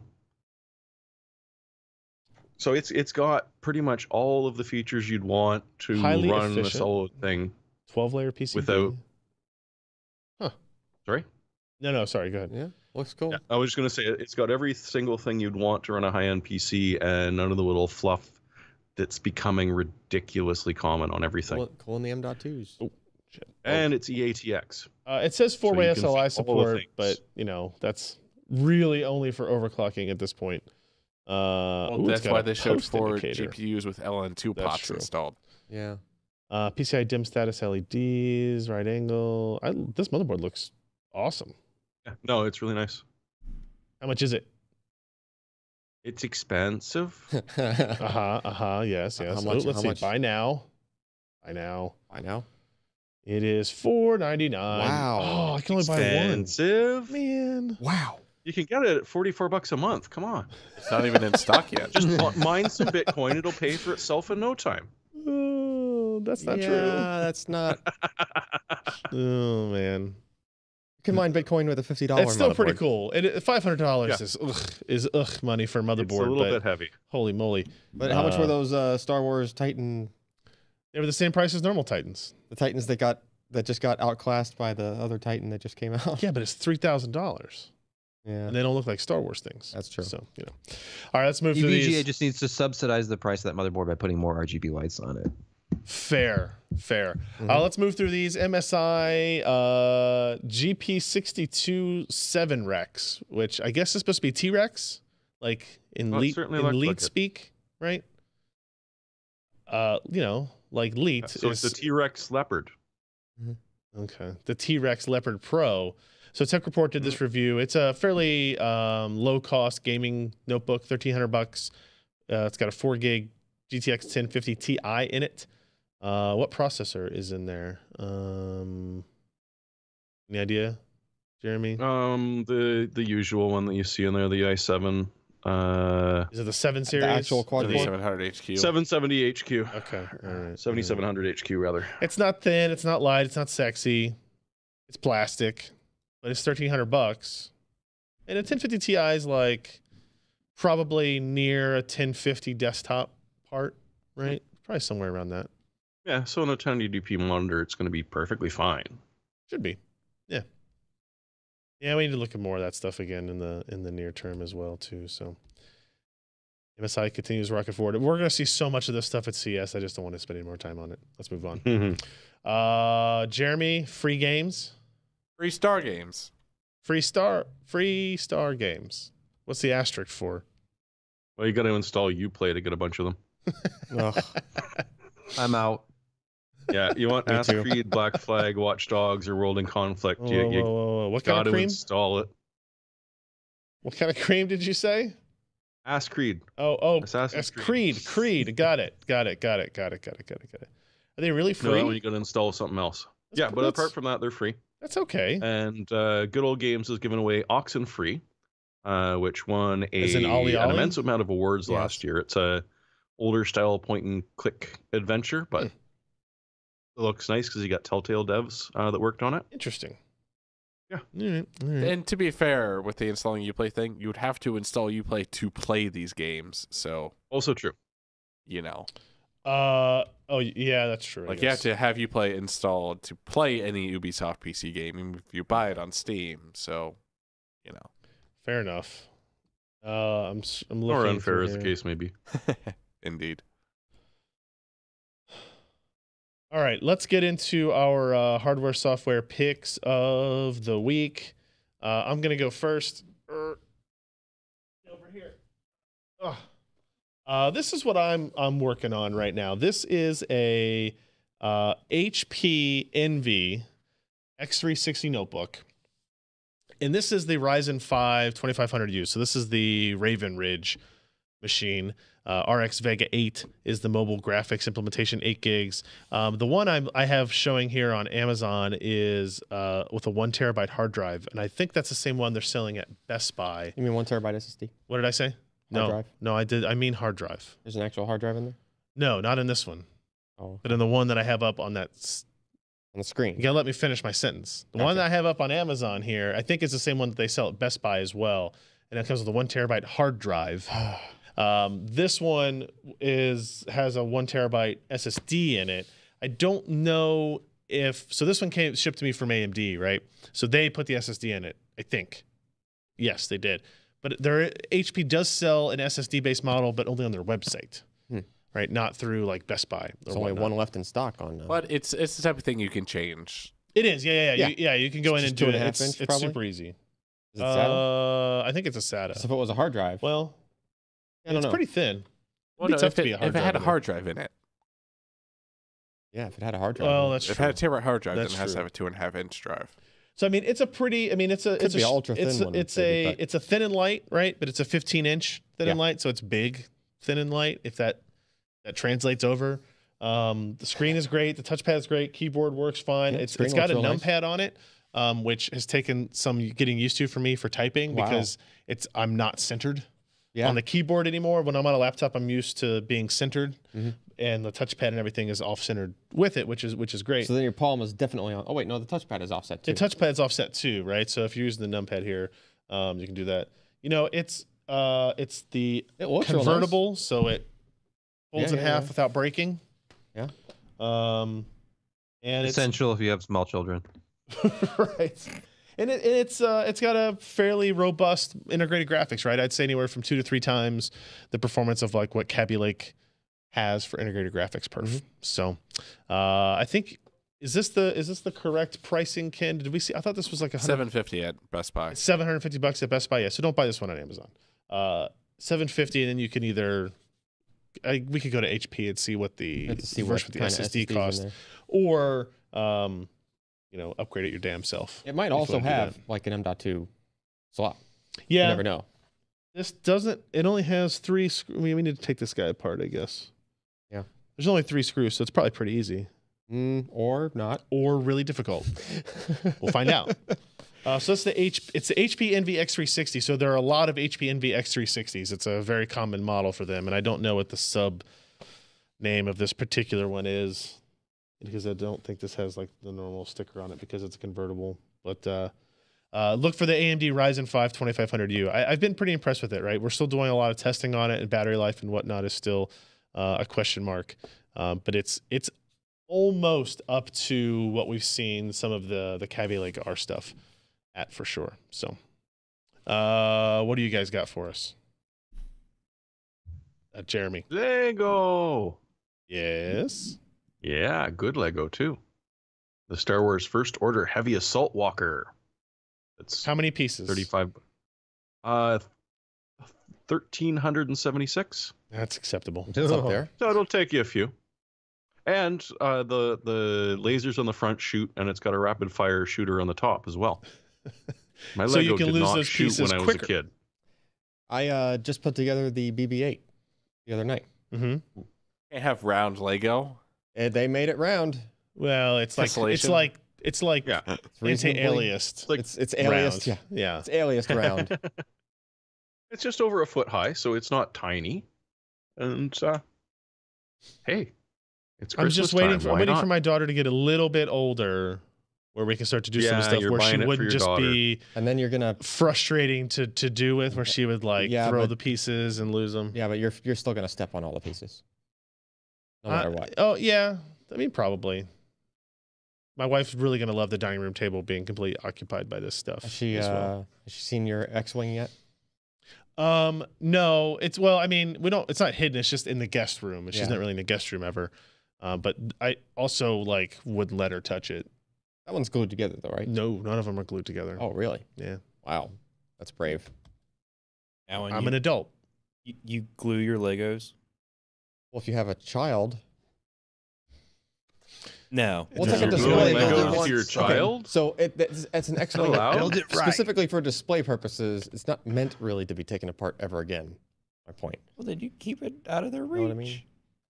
Well, yeah, Let's there's- do In a Sebastian glass next. case. Sebastian, I what do you have got? a very low tech pick, but it's kind of gadgety, I guess. Sure. As it's kind of an inexpensive novelty gift idea for somebody who plays any kind of musical instrument that you can stand up.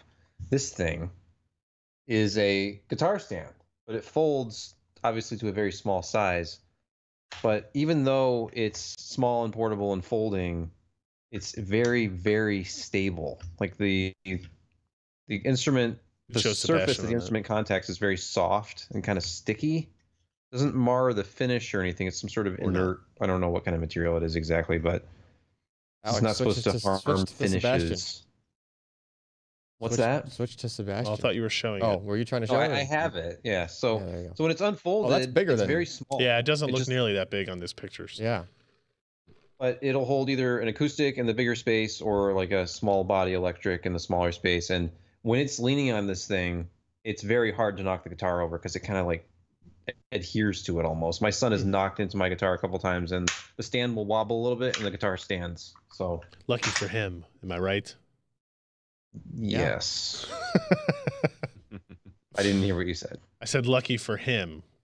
That the guitar yeah, didn't yeah. get knocked over. Yeah. Yeah.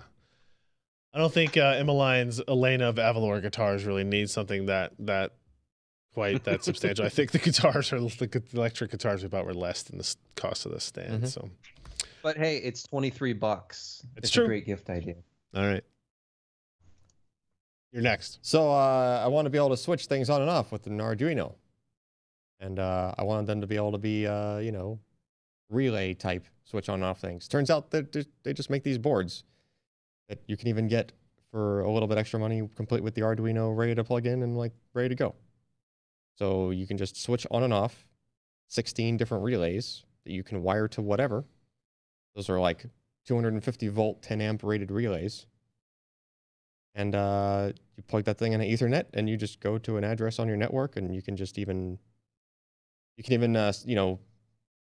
get scripty with your TCP requests, and just like tell it to turn on relay whatever with your request without even going to a page and an interface and a GUI or anything like that, right? So you can automate all the things. They make much smaller versions. You don't necessarily need 16 relays. That's like Right. the Mac Daddy one. But like they make one that's just a very simple board with just 2 relays on it, which you could probably fit into something that would almost fit in like a light switch housing. Mm. Like if you really wanted to get creative and just have the thing, also control your lights in addition to having the light switch there, perhaps, if you were so bold as to try to do that. Yeah, you can get just the board itself without the Arduino for much Right. cheaper. That's actually not that much cheaper. It's like $20. Oh no, okay. Yeah. You can find them for even cheaper than that on eBay for just the board without the Arduino. I think it's like 15 or 10 or something. But Yeah, but having the Ethernet guy's connection built into an Arduino There's on an that example. board is the valuable part. Mm. Because Yeah. Arduino Uno's less than $10 easy from China, but the Ethernet connection will cost you a little bit. yeah. So that guy wired it up to a bunch of outlets. You can just remotely turn on and off the outlets. Mm. I mean, pretty cool. Might be handy for some folks. Smart. Yeah. All right, I want to skip Alex this time. So, what do you got? Well, this actually came up last week in the post show when we were chatting on IRC. It's let's see here, what was the name? It was the Katamari method. This lady, Katamari? yeah, Marie Calamari. Kondo. Isn't the game Katamari? No, not like Katamari. That's a different way of doing No, things. like the thing you fish with, the bait. No, Calamari. Fried Katamari. no. Calamari? Yes. I give up. Just screw you guys. Catamaran? We're decluttering right now. Yes, we're decluttering with all this word vomit. I'll admit it's kind of a foofy book. She's talking about like, oh, your clothing has feelings. No, just clean it up. It's a method of going through and getting rid of stuff. My method's just a match. Well, Bullshit. No, You your don't throw method is to anything put away it into ever. another But box. then I just light it all on fire. to at some put it point. into another box. It makes good kindling. And then you put And then glue them wood together. on the ground to put the boxes on top of yes. the wood. Yes, exactly. You are the exact opposite of the Japanese art of any of this stuff. Let me see if is there an antonym book option in Amazon here? What's this one? no, but they do have an illustrated guide. Life-changing manga. Well, of tidying course, up. it's Japanese, so you gotta have a manga. Of course, All I right. don't know why they did. All right, that. what's your other item here? That was actually the repercussions of me buying that book about 2 years ago. Holy crap. That is a 30-yard dumpster that we filled up in the first 3 days. We also had 50 large bags of garbage go to Goodwill, and I lost count of truckloads after the 10th truckload going to the dump. Wow. That's impressive. Yeah, Excessive. we had a lot of stuff. Now we don't, Apparently. and it's great. See, my solution is just to live in a tiny apartment. You just can't fit the amass a lot stuff. of shit. Yeah. That's why God invented basements Well, no, to store things. I'm trying to clear my basement out so I can actually use it. You're not going to use it for anything. I'm gonna You use just, it. I bet if you had your choice now, you would undo all of that work and make it just plain basement for Just mining storage? computers. Oh, just only in the winter. Only in the winter, so I can Oh, heat the house man. with the basement. All right, everybody, that's going to be it for the podcast this week. Thanks for joining us. PCPer.com/podcast. Go there, find the MP3s, videos, show notes, links, all that type of stuff. And we'll be back next week. We have no break, no missed episodes because of the holidays or whatnot this year, so that's a good thing. We'll be back next week, and we'll talk we'll have one more before CES, I think, as well, right? So we'll be able to do any of our, CES predictions of how many cases Sebastian will see and how many motherboards we'll talk about and There'll be a bunch of TVs. how there'll be a bunch of, how many parties I will not attend. There'll be a bunch of monitors that we're still not going to see this year either. Like all HDR monitors How many we saw foldable last year. displays are announced but We not saw them. shown? We saw them. Right, that's true too. They're still Jim. not out. Sure. Yeah. Oh no, I didn't say they'd ever come out, but we'll see them. Yeah. Exactly. All right, everybody, we'll be back. Thanks, everyone. See you next week. I'm Ryan Shrout. I'm not playing this game. Mm-hmm. Hey, I said I'm Ryan Shrout. Everybody's rebelling. I'm gonna go with Jeremy. He has seniority. Okay. Let's do this again. Bye. See ya.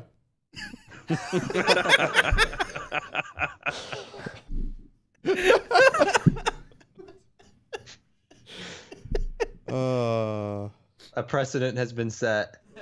Too many weeks have gone by with, yeah, we shouldn't do that at the end. Well, it's your We should fault, really Ryan. stop doing that. It's your fault. I'm Ryan Shrout. God damn it. One of the reasons I felt like we might still do it is because every once in a while, like if somebody hasn't talked for a long time in We the get- show, I get want people to people remember that commenting. they're there. We don't want people to Hey. comment on the videos and on the show notes saying, Who was that guy? I like Brian Moltavino. You say your name twice in podcast and it still doesn't help. So. Yeah, I know. Brian Moltavino. Wasn't there a Ryan t-shirt Multivitamin. design? Somebody submitted a t-shirt design. Yeah, I forget what happened to those. Multivino's I'm gonna find fine. those. It's on Twitter. It's on, I think, Anthony. Oh, somebody Oh, no, it wasn't Anthony. Somebody sent me good quality wasn't stuff, Anthony and this I time. totally lost track of it. Oh, man. Oh man, I'll get some shirts made. great. Only with his face on them. I know exactly Only- what he meant. Only the Thank you. Moltavino. I know exactly what he meant.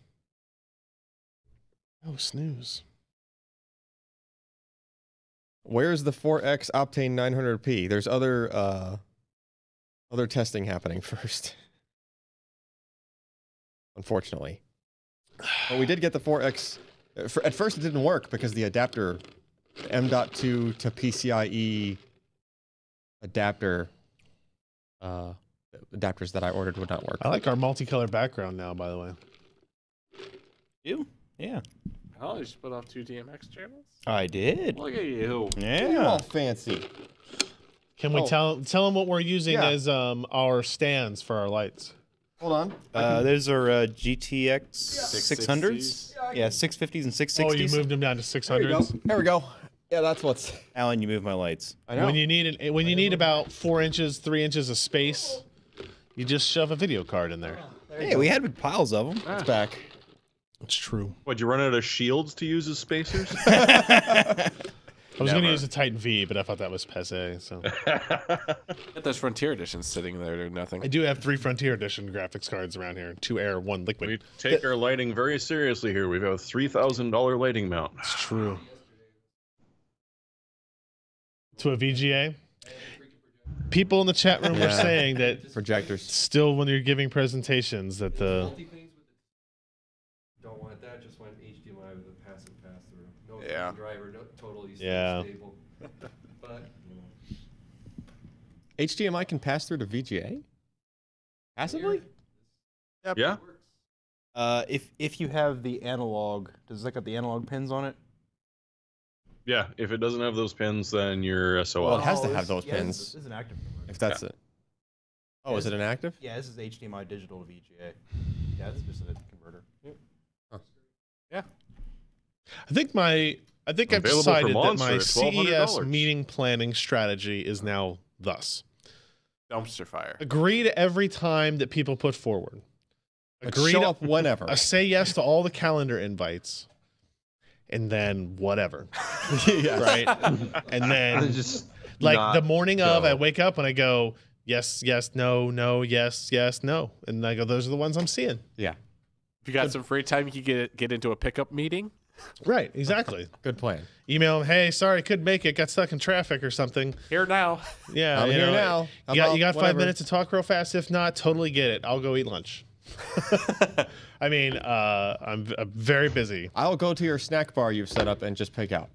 No, they don't know. They don't like that? I just think it happens. It totally happens.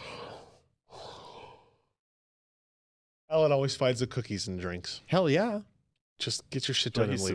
insists on. That's like what I live on during CES. Yeah, during CES. During all the time.